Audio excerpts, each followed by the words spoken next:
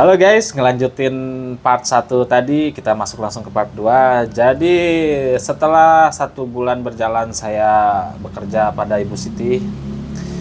Kalau misal saya ceritakan bagaimana sosok Bu Siti itu satu pertama ya, dia itu seorang hajah guys. Dia itu berangkat haji sudah dan berkali-kali.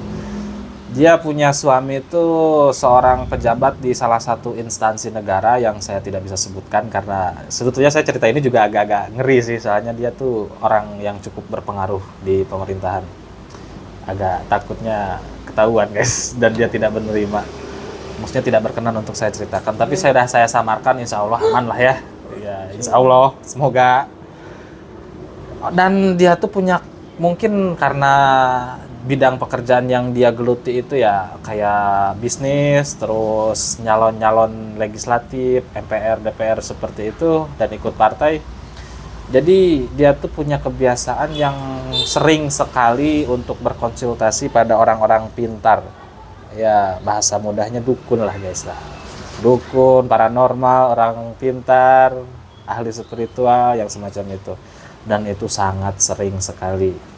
Sampai akhirnya berjalan saya bekerja di sana, setiap malam merasakan keganjilan-keganjilan semacam misal di toilet lantai 3. Jadi setiap lantai itu punya toilet sendiri-sendiri dan saya tinggal di lantai 2. Dan saya pun sangat jarang dan menghindari untuk pergi ke lantai 3 karena pertama suasana ruangan dan hawa ruangannya tidak nyaman. Ditambah pun ada satu ruangan, sebetulnya 2, tapi ada satu ruangan yang benar-benar selalu dikunci dan nggak pernah dibuka oleh Ibu Siti. Dan satu ruangannya lagi, saya juga nggak terlalu kepo ya, karena ngelihat gelagat Bu Siti pun tidak orang yang suka bercerita. Tapi seiring berjalannya waktu, saya semakin lama bekerja dengan Bu Siti, akhirnya datanglah satu karyawan baru untuk Aspri, asisten pribadinya Bu Siti, seorang perempuan dari Bandung guys. Ya, dari Bandung, Mojang Bandung.